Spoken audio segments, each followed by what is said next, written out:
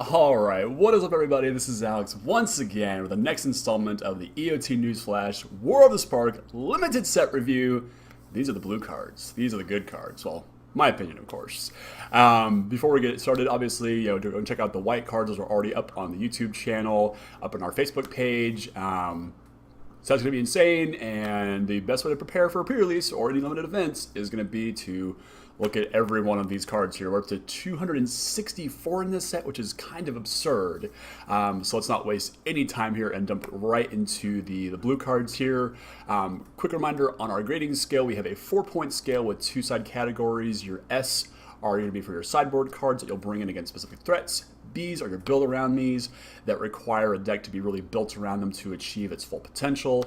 And then move on to the actual grading scale, where your 1s are unplayable trash, 2 are your generic filler that'll make most of your decks, 3s are your premium creatures and removal, and the 4s are the bombs that pull you into a color and typically are the best things in your deck. So, that out of the way, let's get right into it with Ashiok's Skulker. 4 and a blue, Nightmare, common, 3/5.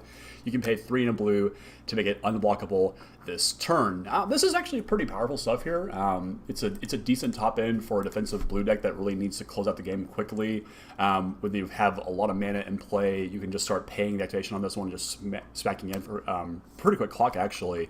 Very reminiscent of Wishcoin Crab from Guilds of Ravnica, so not, obviously a little bit more expensive, but definitely still has some utility in the late game, and being able to block pretty efficiently is nothing to be ignored as well. So it's decent stuff. You can probably find better finishers for your blue decks, but if you're really scrapping for playables, this isn't embarrassing. It's a solid 2.25 for me. Next up, we've got the Augur of Bolas, 1 in a blue, Merfolk Wizard, uncommon, 1/3. As it enters the battlefield, look at the top 3 cards of your library and put them on the bottom of your library. That's not actually what this card says.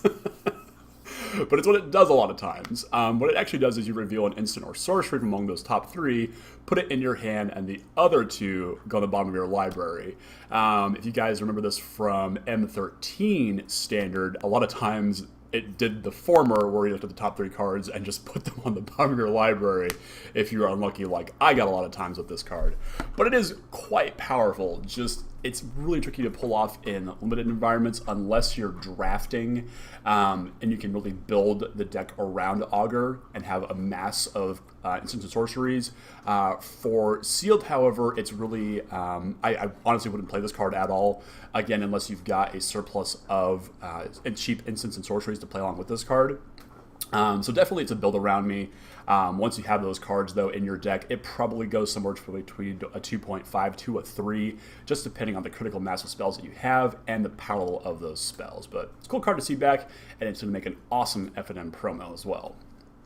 Next up, we have Aven Eternal.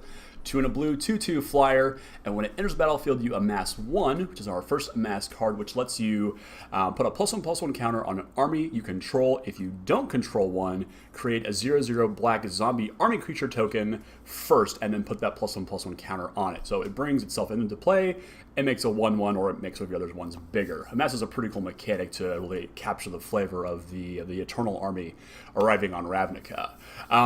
This is Windrake with upside. And Windrake's always playable. 3 mana 2/2 flyers are always playable limited. This one it brings along a buddy. It makes one of your other armies bigger already. So this thing is just powerful. Any blue deck is going to run this, whether you're in tempo flyers or more of a stall controlled style deck. This is a great card. 2.25 for me. It's filler, but it's a damn good filler at that. Next up, we have Bond of Insight. 3 and a white sorcery, uncommon. We can just see the Dimir and the Izzet team up for their bond in this set. Each player puts the top 4 cards of their library into their graveyard and return up to 2 instants or sorceries from your graveyard back to your hand, and then you exile Bond of Insight, because apparently they don't want you looping in these things, but that's fine. Specifically in draft, this is absolutely absurd, especially if you can draft around it. Again, it kind of falls into that B category, where you have a bunch of powerful spells that you want to buy back, or even in your sealed decks, where if you've got a good number of removal spells and you want to buy those back, this is a great way to do it. So I gave this a 2.25 with a higher upside if the spells in your deck are obviously better. By itself in a vacuum, it's still pretty good, though, and this is a really sort of Factor Fiction-esque spell here. So I like it a lot, but it's just a little bit too slow, and its sorcery speed doesn't quite get there for me, but I still think it's going to be a key part of your blue control decks for Limited. Let's move right along to Callous Dismissal. 1 in a blue sorcery common. Return target non-land permanent to its owner's hand, and then you amass 1. Why is this sorcery? Is Wizard so afraid of instant speed bounce in Limited? I mean, I get it. It makes a body. I guess they're afraid of you, like them attacking with 2. You bounce 1, block their small guy with the amassed creature that you make bigger or whatever. It's disappointing. Like, I don't get it. Disperse was instant speed. It's fine. Vapor Snag, Unsummon. These are all fine cards. Why is this one sorcery? But I guess it's non-land permanent, which is kind of a thing. So planeswalkers, enchantments, artifacts, not just non-creatures. So there's more flexibility. So I guess you have to sacrifice that for the sorcery speed. But be that as it may, it's still a really solid removal spell. Tempo is always a very big component of any Limited game, and the +1/+1 counters flying around and make this thing be pretty powerful. They can start proliferating, so not a bad card at all. 2.25 for me. Definitely, you'll be able to pick up a number of these in your drafts, and you should have a good number of these in your Limited pool if you're playing blue. But there's obviously better removal, but this is a good baseline to start with, so solid 2.25 for me. And next up we have Commence the End Game. I can just hear Doctor Strange now. We're in the end game now. That was a horrible Benedict Cumberbatch impression. But this card is quite powerful. This is a 4 blue instant at rare that cannot be countered. And you draw 2 cards and then amass X, where X is the number of cards in your hand. You do the amass thing. If this nets you up to 4 cards in hand, I think that's where this threshold kind of sits. Anything beyond that, so if you've got a baseline of 2 cards in your hand and then fire this off, anything more than 2 cards, I think that this card is really powerful and definitely worth it. If you just fire this off where you just have the 2 cards in your hand, it's not all that impressive. So there's definitely a threshold where this card becomes good and obviously scales up, infinitely more, especially at instant speed. They're tapped out, they've attacked. You make 1 big blocker and then go for the 1 on the next turn. Really, really powerful here for it. If it drew any more cards, it'd just be absolutely ridiculous, but as it stands, this is a really good Limited card. Definitely a good first pick. Solid 3 for me, this one. Next up, we've got Contentious Plan. 1 in a blue, sorcery at common, you proliferate and draw a card. Again, proliferate, it's a returning mechanic from Scars of Mirrodin block.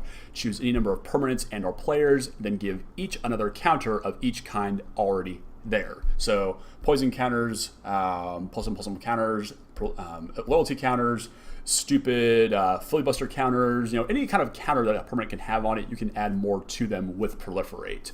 Don't run this for just the card draw. There's actual card draw in this set. Once you have a decent number of targets, Planeswalker is obviously going to be the big part of this. +1/+1 counters the other half of that for your mass creatures. That's where this card comes into play, but you're definitely not playing this just for card draw. Make sure you've got targets for it, and then it gets to be pretty solid filler. The engine itself is pretty good.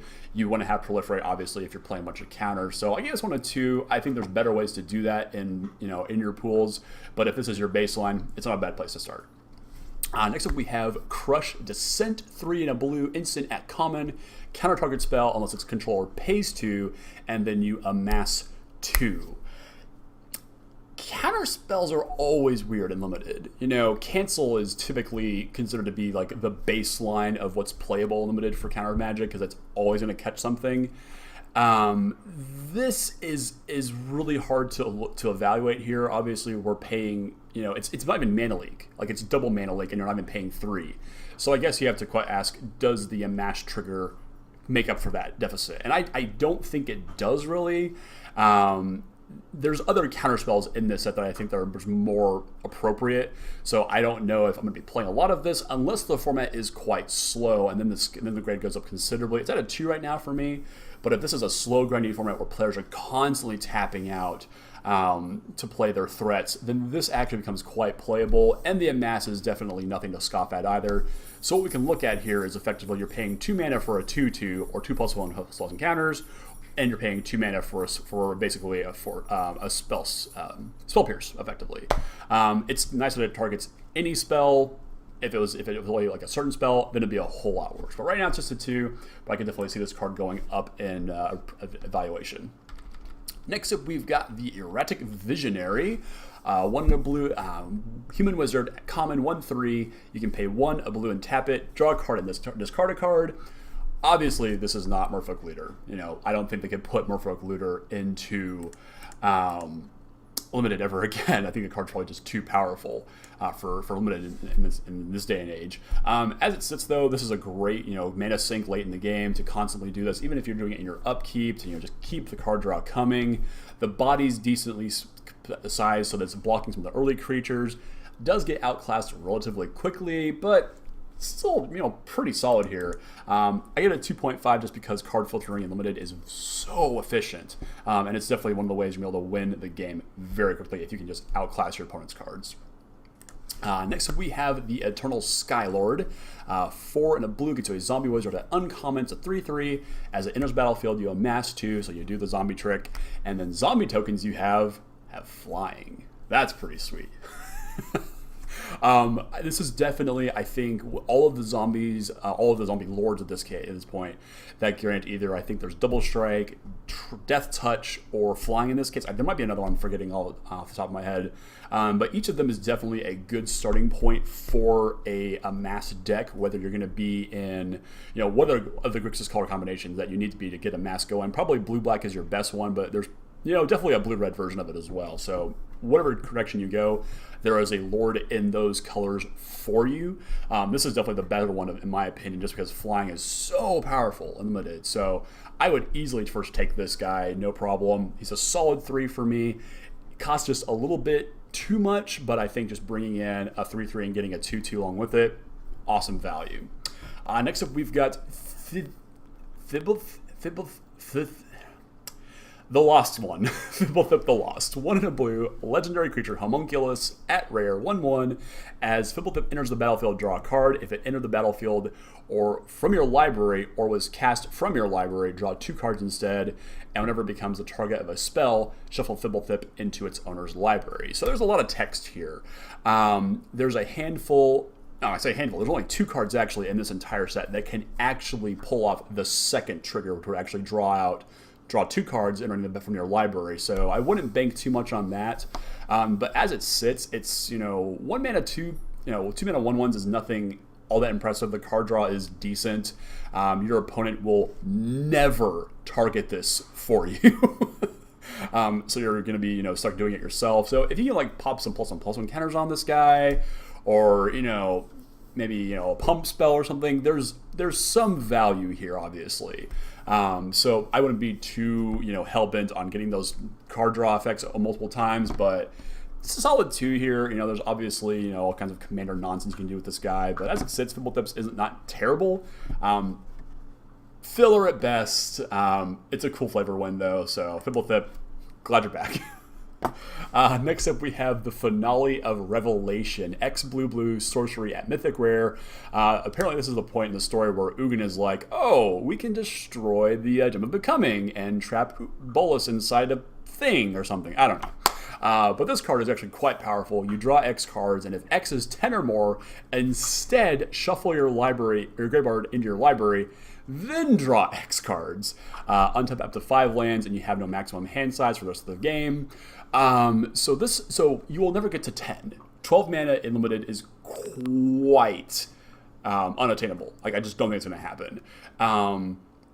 If at any point this is 3 or greater, I think you're really into some powerful territory here. At 2 mana, you know, if X is 2, it's just divination. It's not all that great. But the ability to have your mana untapped after you cast this, regardless of its X cost, is insanely powerful. So if you can fire this off, like I said, for 3 or more, you've got some really powerful. You've got a lot of power going at that point, especially if you start to net mana off of this at some point. Really powerful magic here.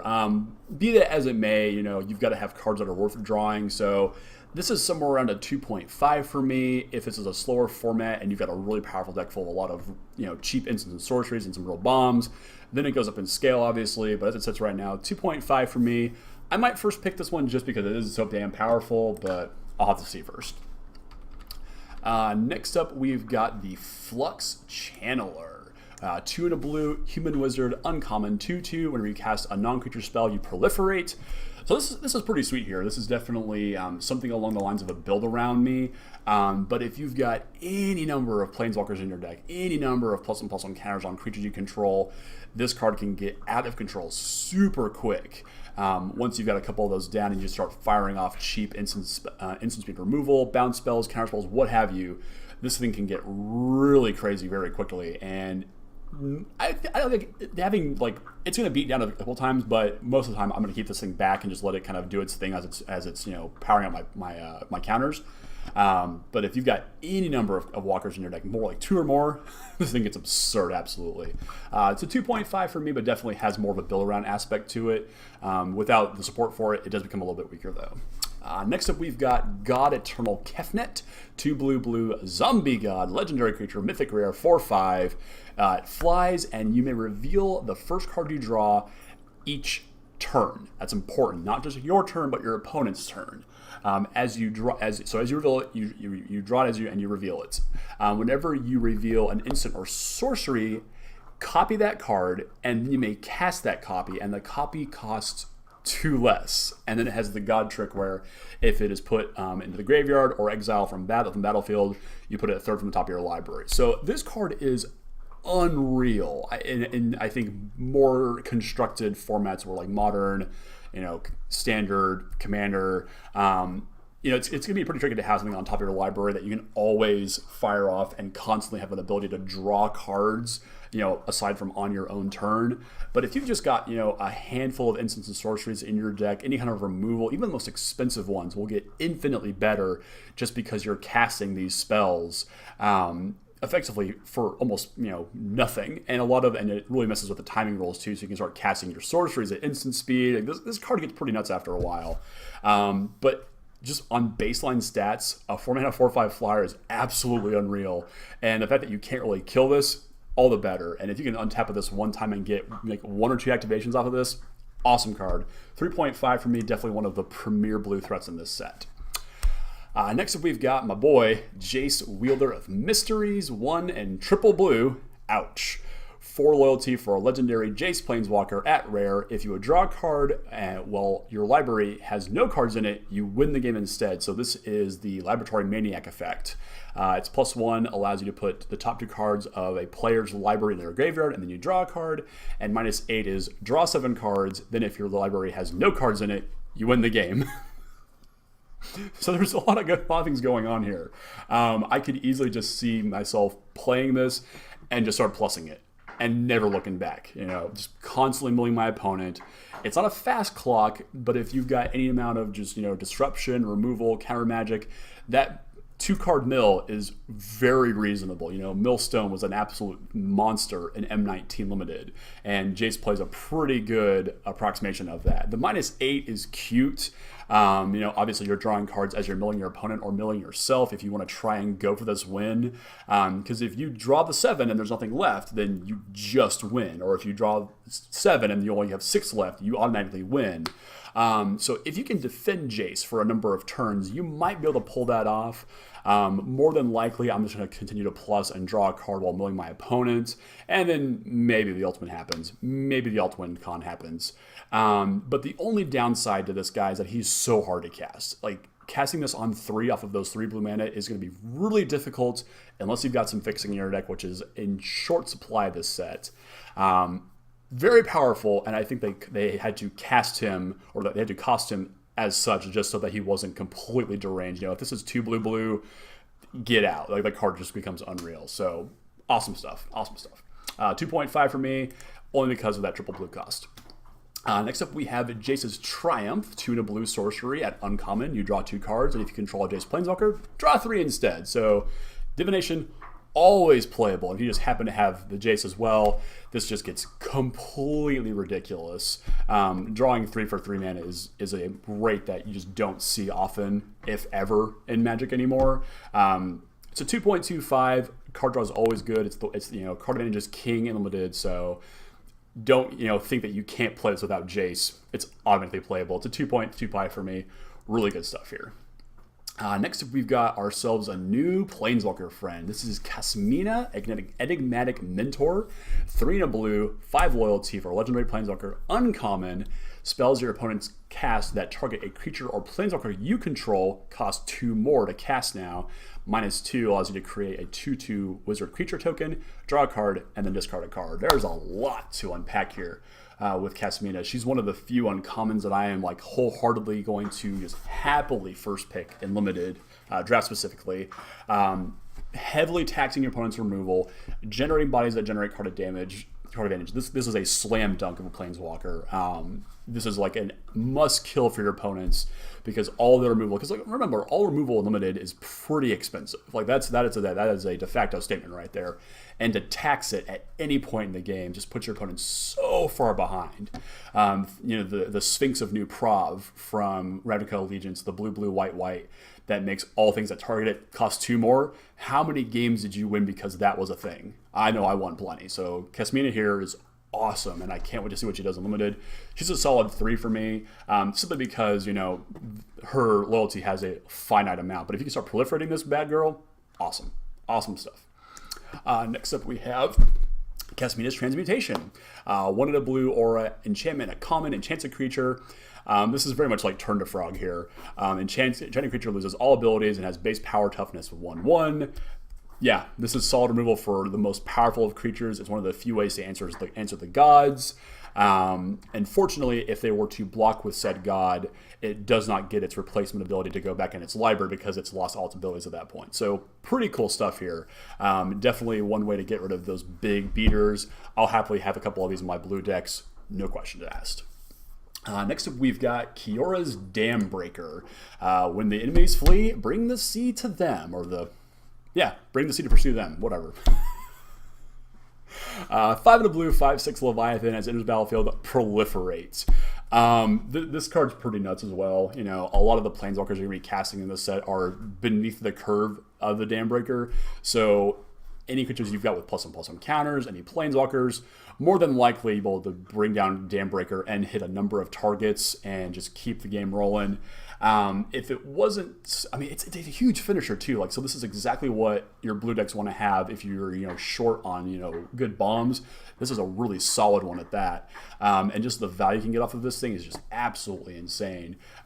Solid 2.25 for me. If this is a grindier format, it definitely goes up in value. Obviously because you've got so many things to proliferate. Awesome card, I think. Next up, we have the Lazotep Plating. 1 in a blue instant at uncommon. You amass 1, so you do the zombie trick, and then you and permanents you control gain hexproof until end of turn. So Lazotep is the blue stuff that Bolas put on his Eternal Army. It does magic things, I guess. So this is pretty cool stuff here. If your opponent is packing lots of burn spells, lots of removal, and just has a way to wipe the board here, this is a good way to prevent all that happening for a really cheap cost. And if you manage to block with a creature and they go to pump their dude, and then it's a little bit bigger, and then you make another guy and then make them all hexproof because they have more removal. There's a lot of things that can happen here. So this is a really great trick here. Definitely solid in the blue-white tempo flyer deck because your creatures are relatively weak compared to some of the other ones, but the evasion makes them quite threatening.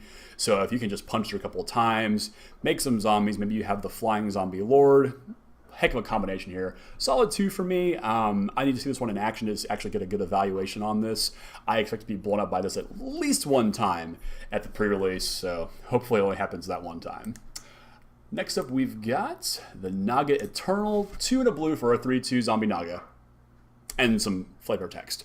This is pretty, it's a decent beater, not much else. 3/2s for 3 are always playable. This might sneak its way into my decks, but I'm not going to be happy about it.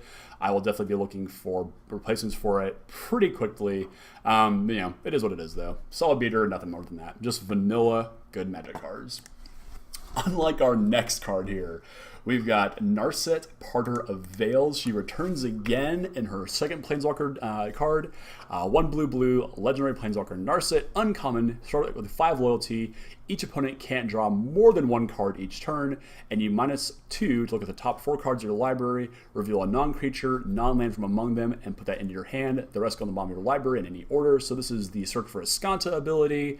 It sucks that there's no like windfall effect in this format because that would be backbreaking with Narset on the field.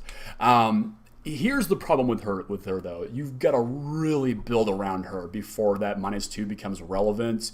I did a little bit of the math, and if you've got roughly like 6 creatures, 17 lands, and then the rest is all instant and sorceries, you're at 90% to hit. But if your deck is a typical like 10 to 12 creatures, 17 lands, and the rest is all removal spells, that drops to somewhere on the neighborhood of like 50 down to 40 hit rate on this thing. That's 4 cards that you're digging at and you're not seeing anymore. And just, there's not a lot of value unless you've really built your deck around her in a specific way. Obviously, she's going to have a much better home and possibly, standard, commander, the formats where you can really build your deck to take advantage of this and really punish the opponents who are trying to draw more than one card this turn. Again, Windfall, why isn't it here? Too powerful, probably.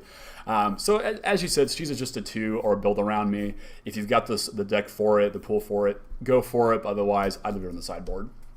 Unlike her next card, this is Narset's Reversal. This is 2 blue for an instant at rare. Copy target instant or sorcery, then return it to its owner's hand. You may choose new targets for the copy. So this is a goofy card. This is like half remand, half counterspell, half redirect, and then we're up to 3 halves of a card, and that's not math that actually works, but that's not the point. The card's really cool. So like they fire for a removal spell, you fire this off, put it back in their hand, take the copy of their removal spell, target their own creature, or you play a removal spell, they go to counter it with like a protection spell. You fire this off, put the removal spell back in your hand, fire off a new copy, new on the stack, hits their creature, the pump spell fizzles. All kinds of fun shenanigans here. I'm going to try at least one of these out in Modern because I want to do mean things with it.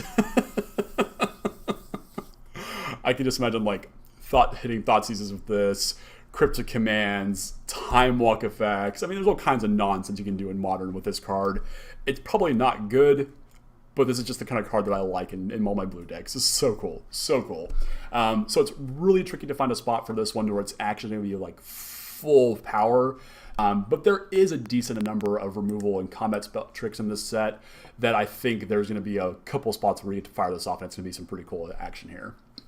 All right, next up we've got No Escape, 2 and a blue, instant, at common, counter target creature or planeswalker spell. If it is countered this way, instead of putting it in the graveyard, exile it instead. So all those gods, tisk, tisk, tisk, right to the graveyard, and then you scry 1 because rub it in, right?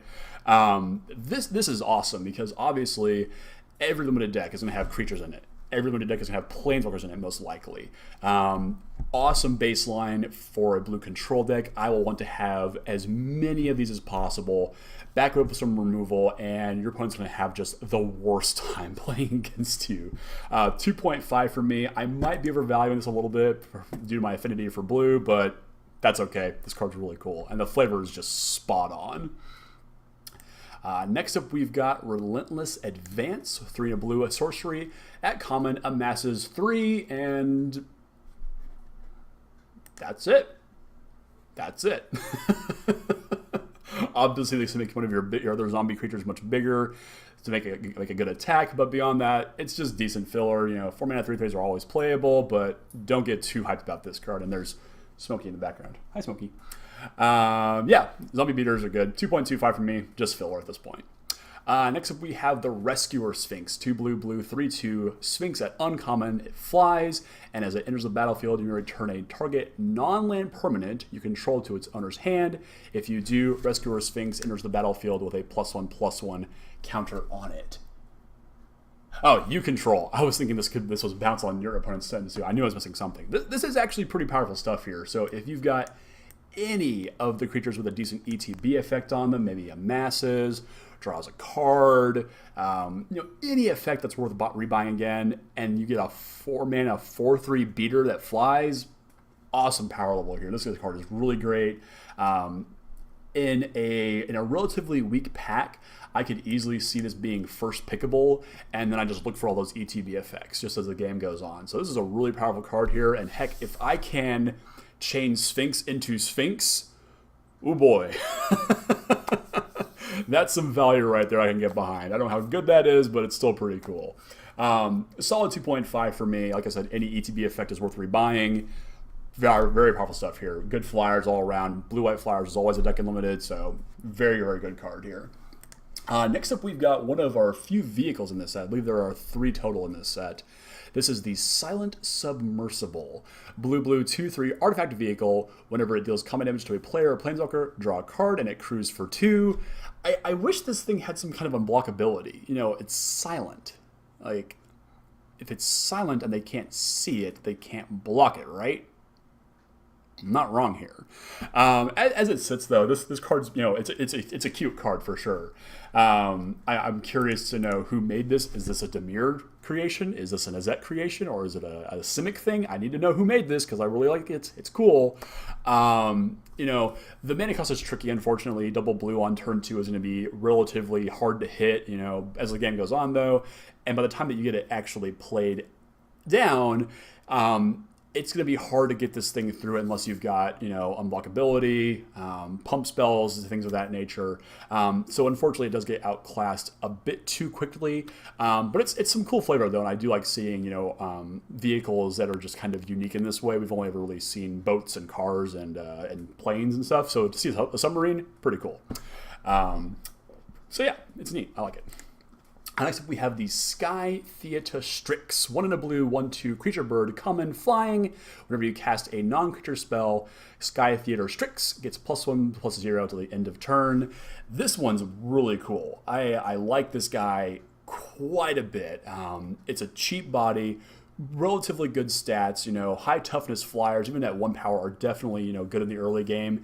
And if you have any number of spells that can put +1/+1 counters on this, how hard is this thing to block? Like, this thing gets absolutely ridiculous, making it a really tough bird to tangle with. So I can definitely see this making, you know, the blue-white flyers deck a really sooner piece of that. And with a couple of pump spells and a couple of tricks, makes this thing a really hard bird to take down. 2.25 for me. Has a bit of a build around me aspect as always, but definitely solid playable here. Next up, we've got a card that people are just kind of, I don't know why they're angry about it. I think it's really cool. Probably just more just because of the headache this card creates. But this is Spark Double. This is 3 in a blue, creature illusion at rare. It's 0/0, so it's a clone, obviously, here. You may have it in the battlefield as a copy of a creature or planeswalker you control. So we saw this with Clever Impersonator back in Khan's block.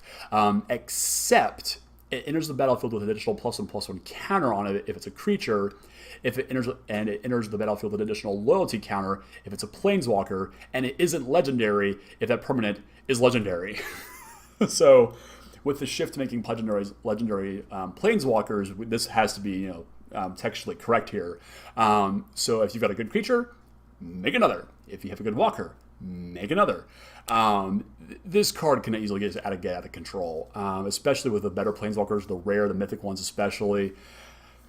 I don't know how you deal with this, honestly. This is a solid 3 for me. Any blue deck's going to be playing this, and just the ability to make whatever you copy just a little bit bigger, a little more resilient is absolutely absurd. This card is scary, and it's going to do some stupid things in some EDH decks that my friends play, so not happy about that. Anyway, moving right along, we have the Spellkeeper Weird, 2 in a blue, 1/4, weird common, pay 2 and tap it. You can sacrifice it and return an instant or sorcery card from your graveyard back to your hand. This is pretty cool. I like cards that are like this that definitely have utility into the late game. The stats are good for the cost, which is good. And if you have a deck that has a lot of spells, the value goes way up. And like I said, the stats on this thing are nothing to scoff at. This is going to block a majority of some of the more early aggressive creatures. Keep your life total high so you can cash it in later for one of your more powerful spells here. So solid 2.25 for me. Not a bad card at all. And next up, we've got Stealth Mission. 2 in a blue, sorcery at common, puts 2 +1/+1 counters on target creature you control, and that creature can't be blocked this turn. The only downside to this card is being sorcery speed, but I guess you can make the argument that stealth takes planning, so sorcery speed is kind of on flavor. But anyway, any blue-white flyer deck, any flyer deck in general wants to slam these on there. The Strix, put those counters on on that bird and let it go to town. Start proliferating those counters. Let it go to town. This card is really powerful here. As it stands, though, it's just a 2 for me. You know, you got to be worried about some of the bounce spells that are in this set that can really punish you for putting those counters on it. So, you know, I'm never a huge fan of tricks, but in a tempo deck, they're absolutely necessary. So it's a solid 2 for me. Pretty good filler at that point. Next up, we've got Tamiyo's Epiphany, 3 and a blue for a sorcery at common that scries 4, then draws 2. Tamiyo realizes that she just can't sit by and write her notes. She sees Kefnet and goes, oh crap, I gotta do something. So yeah, scry 4 and draw 2, that is a massive, massive card advantage. If this was instant speed, we're talking home run power level, but being able to, you know, divination's always playable and limited, and tacking 1 extra on to dig upwards of 6 cards deep is absolutely absurd. So hit a land pocket you don't want to see, straight to the bottom. Creatures you don't need anymore, straight to the bottom. This card's really, really powerful, and definitely something that I will be playing in a lot of my blue decks. It is a bit slow, but I have the inkling that this is going to be a more slow, grindy mid-range format. This is going to slot nicely into all my blue decks. Next up, we've got our last couple blue cards. On the home stretch, we've got Teferi's Time Twist, 1 and a blue instant at common. Exile target permanent you control and return that card to the battlefield under its owner's control at the beginning of the next end step. If it enters the battlefield as a creature, it enters with an additional +1/+1 counter on it. So this is a pretty cool trick right here. Saving a creature from a combat, saving it from a removal spell. The +1/+1 counters obviously get proliferated very easily. So pretty cool card here. You know, decent filler with a bit of solid utility, and obviously you're rebuying those ETB effects. So if you got enough of those, this is a pretty good card here. But you know, until you have that, it is just filler. So you know, and on the upside, this can reset planeswalkers. So definitely something to look at. Especially if your opponent has, you know, when you're going after, you would hate to walk into something and have them just reset it, and all of a sudden you're up the creek with no paddle. Next up, we have Thunder Drake, a card that I completely misread. 3 and a blue, 2/3, Elemental Drake at common, flying whenever you cast your second spell each turn, put a +1/+1 counter on it. I thought it was just like +1 till the end of turn. I misread this entirely. Any number of cheap spells in your deck, you know, especially the longer the game goes, you're casting card draw spells, you know, pump spells, combat spells. This thing's gonna get absolutely out of control, and if you just get 1 counter on it and then start proliferating it, holy cow, this thing gets out of control, and the stats by itself are already good. Yeah, proliferate on this thing is just gravy. This card is absolutely absurd. Solid common for the blue-white flyer deck. 2.5 for me. Might be a little high on this thing, but the shock value I got when reading this card again just made me put this card a little bit higher than it might deserve, but I don't care. Next up, we've got Totally Lost. 4 and a blue, instant at common. Put target non-land permanent on top of its owner's library. Poor Fibblethip, somehow he landed on top of the Bolas statue. The only thing that keeps this thing from being a higher grade is just how expensive it is. But like I've already mentioned a couple times now already, this feels like a slower format. So I do think that the 5-mana removal spell for anything, you know, it's time ebbing, I believe is the effect that we're looking at here, lets you buy back the turn, you know, under your opponent's draw step. Whatever you're doing here, this is a really powerful effect for that. And in a late game where they've got one big creature coming at you, back on top, a Planeswalker about to ultimate, back on top. Really powerful stuff here. So I might not be playing multiple copies of these, but I won't be mad to have at least one in my deck. And we wrap things up with blue, with possibly the most underwhelming card we've reviewed in the set so far. This is Wall of Runes. It's a 1-mana blue wall common defender that scribes when it enters battlefield, and it's 0/4. Scry doesn't save it. It gets outclassed far too quickly. This card is bad. Don't play this. If you play it, you should feel bad. And that's all I'm saying about Wall of Runes. Bad. And that wraps it up for the blue cards today, everybody. Thank you so much for watching. We'll be churning these out up until Thursday of this week. Check out the YouTube channel and Facebook tomorrow night for the black cards. Tuesday we'll be having red cards. Wednesday is the green cards, wrapping up with the massive finale of Gold Artifact and Lands on Thursdays, where that one might just kill me because there's a lot of cards in this set. But as always, big thanks for everybody watching today, guys. I'm going back and watching the previous colors as well. Let me know down in the comments, am I right? Or do you think I'm right? Obviously, I haven't played with these cards yet, so I can't make a positive grade on these just yet. But do you think that I'm right? Do you think I'm wrong? Have I missed something with some of these cards? I'm always open to debate with these cards. It's probably the best thing about playing Magic is you always get someone else's opinion and their perspective, and we all learn a little bit more. So that's always fun. So thank you again for watching, everybody. I'll be back for more this week. And yeah, pre-releases this weekend. So it's time, guys. Prepare for war.